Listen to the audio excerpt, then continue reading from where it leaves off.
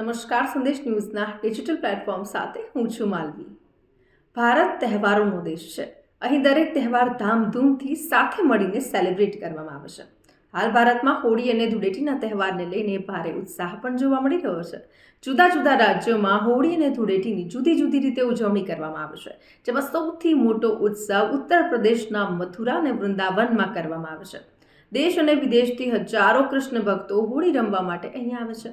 બ્રજમાં 1-2 દિવસ નહીં, પરંતુ 40 દિવસ સુધી હોળી અને ધૂળેટીની ઉજવણી કરવામાં આવે છે, જેમાં બરસાનાની લઠમાર હોળીમાં તો દેવતા પણ રૂપ બદલીને આવતા હોવાની માન્યતા છે. હવે વાત કરવી છે લડ્ડુમાર હોળી. વ્રજની હોળીની શરૂઆત લડ્ડુમાર હોળીથી થાય છે. રાધાના જન્મસ્થળ બરસાનામાં રમાતી લઠમાર અને લડ્ડુ હોળી વિશ્વ પ્રસિદ્ધ છે.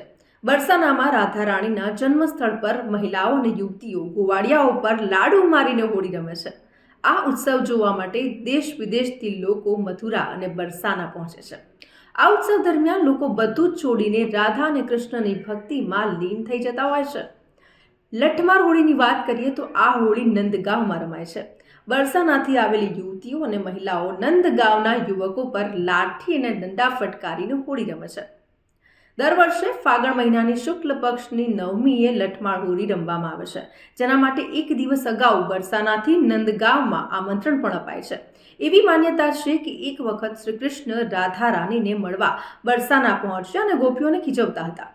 રાધા રાણી અને ગોપીઓ શ્રી કૃષ્ણ અને તેમના મિત્રોના તોફાનોથી પરેશાન થઈને તેમને પાઠ શીખવવા માટે શ્રી કૃષ્ણ અને ગોવાળિયાઓ પાછળ લાઠી લઈને દોડ્યા.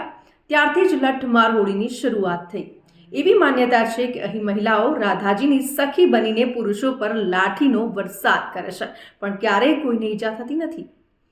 હવે વાત કરીએ છડીમાર હોળી, કે જે ગોકુળમાં લાઠીની જગ્યાએ છડીથી હોળી રમવાની પરંપરા છે.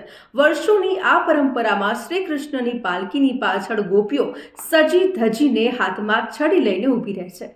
હોળીની આ પરંપરાઓ ભગવાન શ્રી કૃષ્ણ અને ગોપીઓના પ્રેમ તથા લીલાને દર્શાવે છે.